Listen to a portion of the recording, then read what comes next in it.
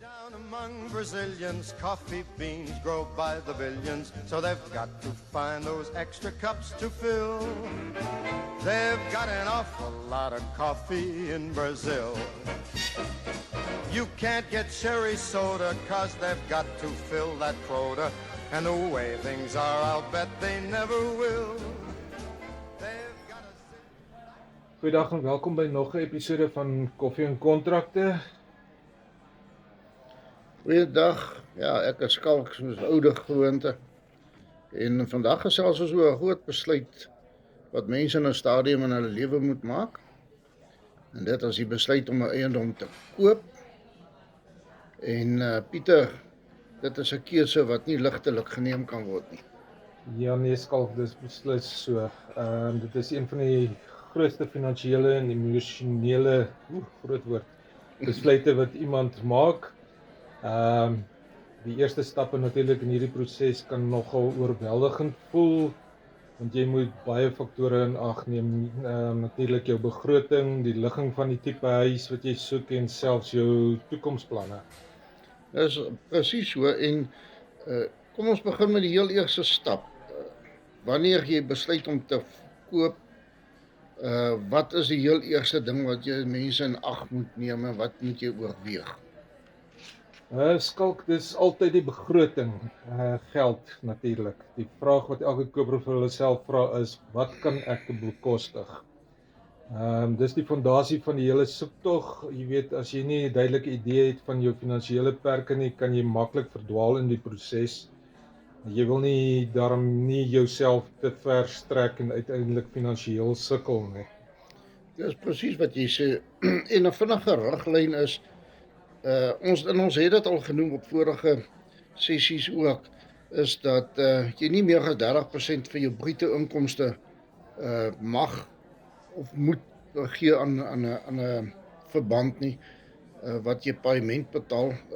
Ek dink die wet bepaal dit ook, want anders gaan jy nie aan die einde van die maand 'n bietjie baked beans en bully beef kan koop nie. So dit is gee genoeg spasie om ander uitgawes te verseker en dat jy nie veel druk op jou finansies te plaas nie.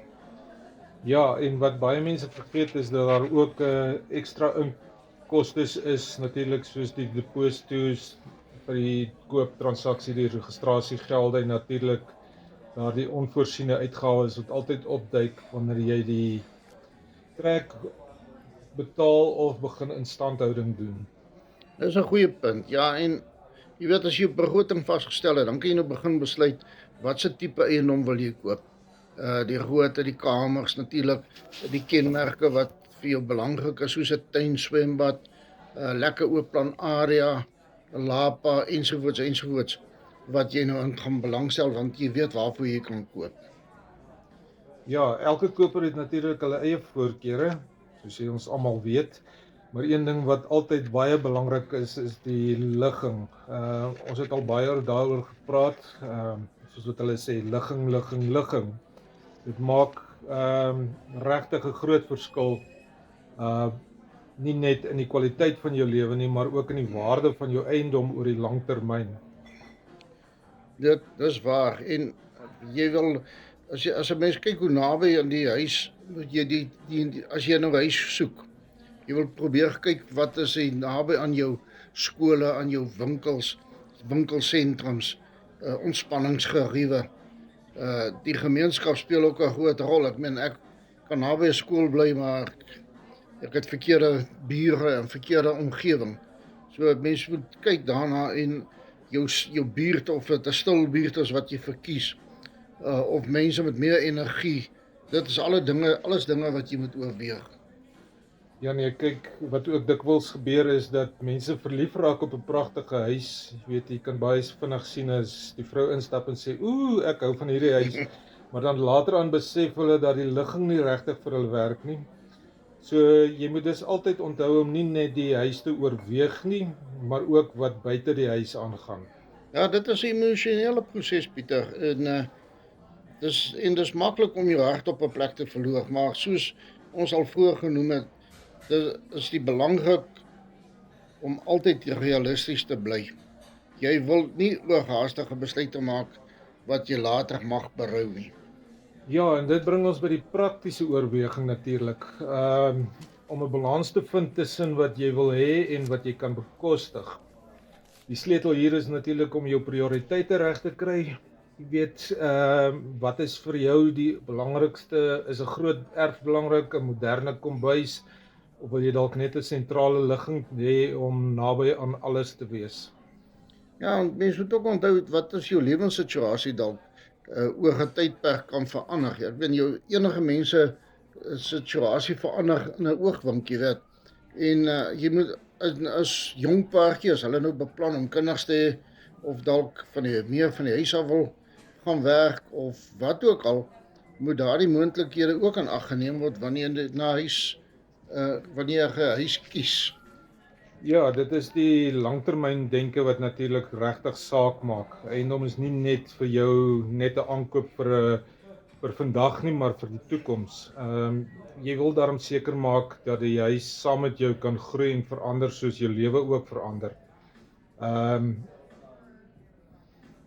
Ja, en laastens moet mense ook nie vergeet om altyd kry 'n professionele eiendomsmakelaar wat jou kan help met die huis en jou finansiële ook. En mense moet ook kyk na finansiële adviseur, prokureur, selfs boukundiges wat die huis kan inspekteer, dat jy seker is jy koop reg en jy kyk na die regte goed. Ja nee, absoluut. Jy weet, dit is belangrik om 'n span kundiges rondom jou te hê wat jou kan bystaan deur hierdie hele proses, sodat wanneer jy die kooptransaksie doen, dat jy selfverseker is dat jy kan voel dat jy 'n goeie besluit geneem het. Dis wel, en dit is so Pieter, en om saam te vat, om saam te vat hierdie hele besluit van jou eerste stap is maak vir jou finansiële